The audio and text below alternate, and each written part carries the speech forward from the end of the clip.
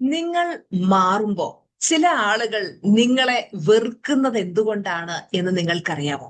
മക്കളെ, നിങ്ങൾ ശ്രദ്ധിച്ചിട്ടുണ്ടോ? നിങ്ങളുടെ ജീവിതത്തിൽ നിങ്ങൾ ഒന്നും ചെയ്യാതിരിക്കുമ്പോ എല്ലാവരും നിങ്ങളോട് നന്നായിട്ട് പെരുമാറുന്നു. നിങ്ങൾ മെല്ലെ മാറാൻ തുടങ്ങി, നിങ്ങൾ രാവിലെ എഴുന്നേക്കാൻ തുടങ്ങി, നിങ്ങളുടെ ഹെൽത്ത് ശ്രദ്ധിക്കാൻ തുടങ്ങി, നിങ്ങൾ പൈസ സേവ് ചെയ്യാൻ തുടങ്ങി, പുതിയ പുതിയ കാര്യങ്ങൾ പഠിക്കാൻ തുടങ്ങി, നോ പറയാൻ തുടങ്ങി, അതുപോലെ നിങ്ങളുടെ സ്വപ്നങ്ങൾക്കായിട്ട് നിങ്ങൾ പ്രവർത്തിക്കാൻ തുടങ്ങി.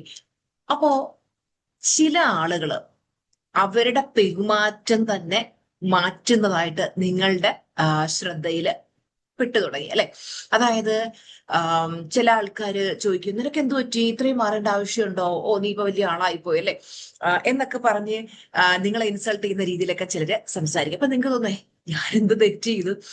നിങ്ങൾ തെറ്റിയതല്ല, നിങ്ങൾ മാറിയത് ചില ആൾക്കാർക്ക് അങ്ങോട്ട് ഇഷ്ടപ്പെടുന്നില്ല. മനസ്സിലാവുന്നു മക്കളെ? ഇന്നത്തെ വിഷയം വളരെ ഇമ്പോർട്ടന്റ് ആണ്. കാര്യം നമ്മൾ പലപ്പോഴും വളരാൻ ശ്രമിക്കുമ്പോൾ നമ്മുടെ ഏറ്റവും വലിയ തടസ്സം എന്ന് പറയുന്നത് പുറത്തുള്ള പ്രശ്നങ്ങളല്ല, ചിലപ്പോൾ നമ്മളെ ചുറ്റിപ്പറ്റിയുള്ള ആളുകളുടെ പ്രതികരണമാണ്.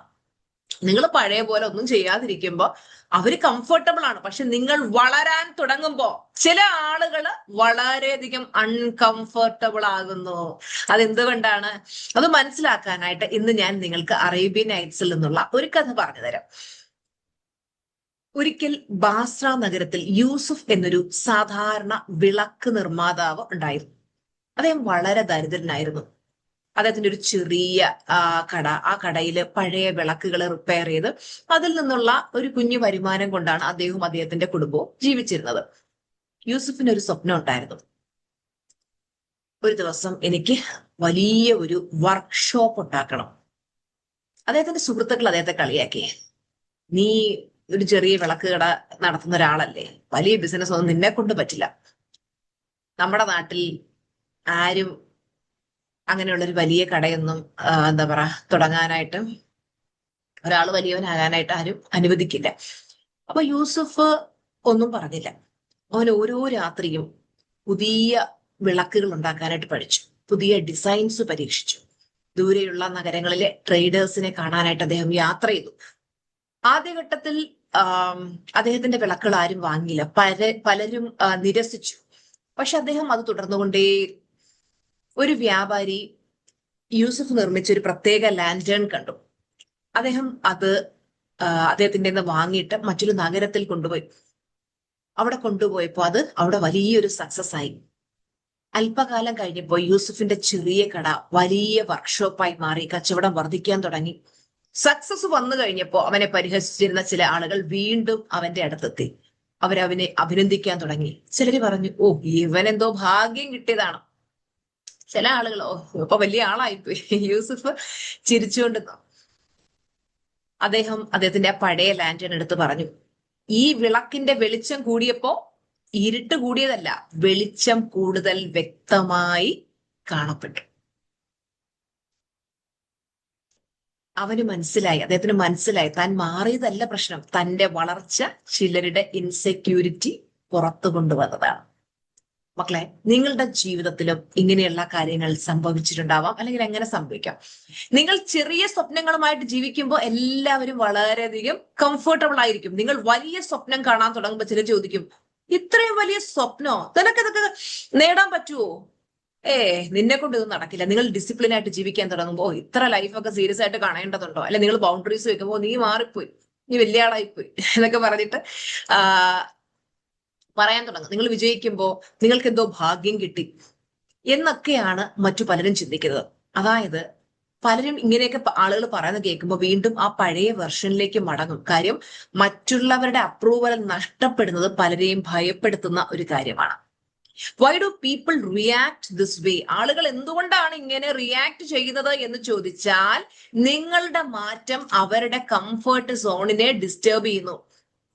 നിങ്ങൾ ഇന്നലെ വരെ അവരോടൊപ്പം സമയം കളഞ്ഞിരുന്നു, ഇന്ന് നിങ്ങൾ നിങ്ങളുടെ ലക്ഷ്യത്തിനായിട്ട് വർക്ക് ചെയ്യുന്നു. അപ്പോ അവർക്ക് തോന്നും, ഓഹ് ഇവനിപ്പം എന്തുകൊണ്ടാണ് നമ്മുടെ കൂടെ വരാത്തെ? നിങ്ങളുടെ ഗ്രോത്ത് അവരുടെ റൊട്ടീനെ ഡിസ്റ്റർബ് ചെയ്യുന്നു. രണ്ടാമത്തെ കാര്യം എന്ന് പറയുന്നത്, നിങ്ങളുടെ കോൺഫിഡൻസ് അവരെ ഇൻസെക്യൂർ ആക്കാം. നിങ്ങൾ മുമ്പ് വളരെ സൈലന്റ് ആയിട്ടിരുന്ന ഒരു വ്യക്തിയായിരുന്നു, ഇപ്പോൾ നിങ്ങൾ അഭിപ്രായങ്ങൾ പറയാൻ തുടങ്ങി. അതൊക്കെ ചിലർക്ക് അങ്ങോട്ട് ഇഷ്ടപ്പെടില്ല. കാരണം നിങ്ങളെ അവര് കൺട്രോള് ചെയ്താണ് നിരന്തരം കൺട്രോൾ ചെയ്തുകൊണ്ടിരുന്നൊരു നിങ്ങളെ നിരന്തരം അവര് കൺട്രോൾ ചെയ്യുന്ന ഒരു അവസ്ഥയിലായിരുന്നു. പക്ഷെ ഇപ്പോ നിങ്ങൾ ആ കൺട്രോളൊക്കെ വിട്ട് വളരാൻ തുടങ്ങുന്നത് അവരെ അൺകംഫർട്ടബിൾ ആക്കും.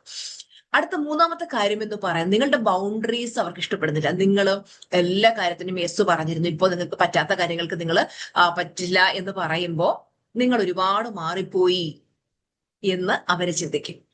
നിങ്ങൾ ഒരു കാര്യം ഓർക്കുക, നിങ്ങൾ മാറുമ്പോൾ ചില ഫ്രണ്ട്ഷിപ്പുകളൊക്കെ അവസാനിക്കാനുള്ള സാധ്യതയുണ്ട്.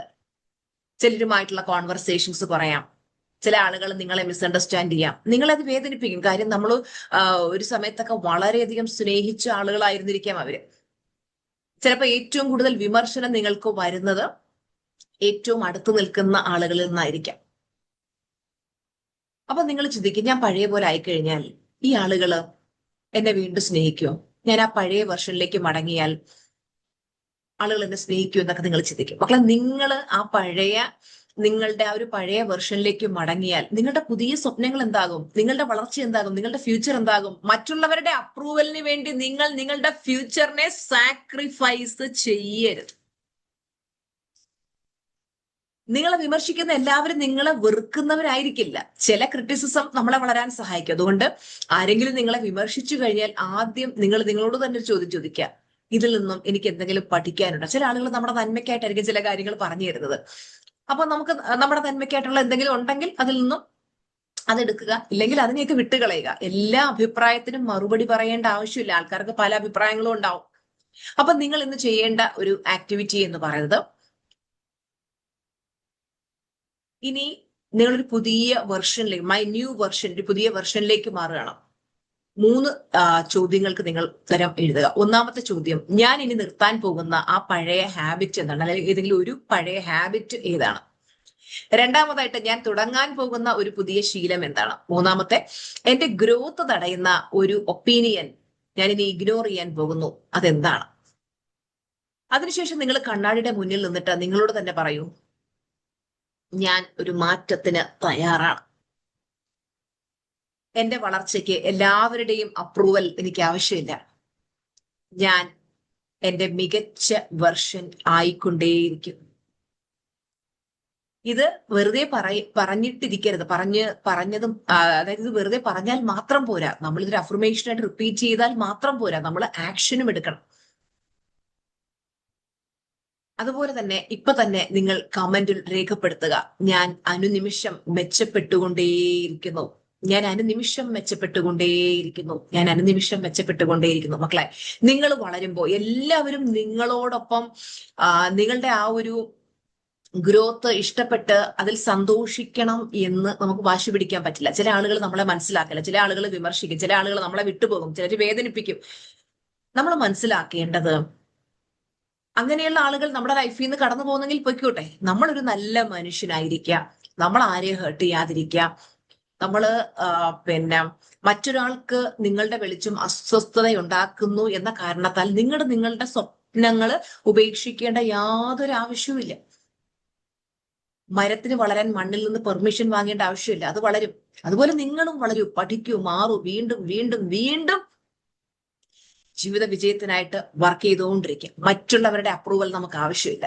ഇന്ന് നിങ്ങളെ കളിയാക്കി ചിരിക്കുന്നവരൊക്കെ നാളെ നിങ്ങൾ സക്സസ്ഫുൾ ആകുമ്പോൾ നിങ്ങൾക്ക് വേണ്ടി കൈയടിക്കുക തന്നെ ചെയ്യും. മക്കളെ, ഒരുപാട് പേര് അവരുടെ ജീവിതത്തിലുണ്ടായ മാറ്റങ്ങളൊക്കെ കമന്റിലൂടെ അറിയിക്കുന്നുണ്ട്. എനിക്ക് ഒത്തിരി സന്തോഷമാണ്. നമ്മുടെ സിൽവർ മെമ്പർഷിപ്പ് ക്ലാസിന്റെ പുതിയ ബാച്ച് സ്റ്റാർട്ട് ചെയ്തത് സെപ്റ്റംബർ 2-ാം തീയതിയാണ്. അപ്പോൾ ഒരുപാട് സ്റ്റുഡൻസ് ഓൾറെഡി അഡ്മിഷൻ എടുത്തു കഴിഞ്ഞു. നിങ്ങളുടെ ജീവിതത്തിൽ ഒരു പുതിയ മാറ്റത്തിന് നിങ്ങൾ തയ്യാറാണെങ്കിൽ തീർച്ചയായിട്ടും നമ്മുടെ മനസ്സിൽ കിടക്കുന്ന കണ്ടാമിനേഷൻസ് ഒക്കെ എടുത്തു കളഞ്ഞ് മനസ്സിനെ റീപ്രോഗ്രാമിംഗ് ചെയ്ത് നമ്മളൊരു പുതിയ വ്യക്തിയുടെ ബ്ലൂ പ്രിന്റ് നമ്മുടെ ഉള്ളിൽ ഇൻസ്റ്റാൾ ചെയ്ത് നമ്മൾ ഏറ്റവും പുതിയൊരു വെർഷനായി മാറുന്ന ക്ലാസ് ആണ് സിൽവർ മെമ്പർഷിപ്പ് ക്ലാസ്. കഴിഞ്ഞ 5 വർഷമായിട്ട് ലക്ഷക്കണക്കിന് സ്റ്റുഡൻസ് അറ്റൻഡ് ചെയ്തിട്ടുള്ള ഈ ക്ലാസ്സിലേക്ക് നിങ്ങളെ ഏവരെയും ഞാൻ സ്വാഗതം ചെയ്യുകയാണ്. ഈ ക്ലാസ്സിൽ ജോയിൻ ചെയ്യാനായിട്ട് 9567274997 എന്ന നമ്പറിൽ നിങ്ങൾ വാട്സ്ആപ്പ് മെസ്സേജ് ചെയ്യുക. ഓൾറെഡി സിൽവർ ക്ലാസ് അറ്റൻഡ് ചെയ്ത് കഴിഞ്ഞവർക്ക് ഗോൾഡ് ക്ലാസ് ഉണ്ട്. പലരും ചോദിക്കാറുണ്ട് ഗോൾഡ് ക്ലാസ്സിൽ എന്താണ് പഠിപ്പിക്കുന്നത് എന്നുള്ളത്. സിൽവർ ക്ലാസിന്റെ അപ്ഡേറ്റഡ് വെർഷൻ ആണ് നമ്മുടെ ഗോൾഡ് ക്ലാസ് എന്ന് പറയുന്നത്.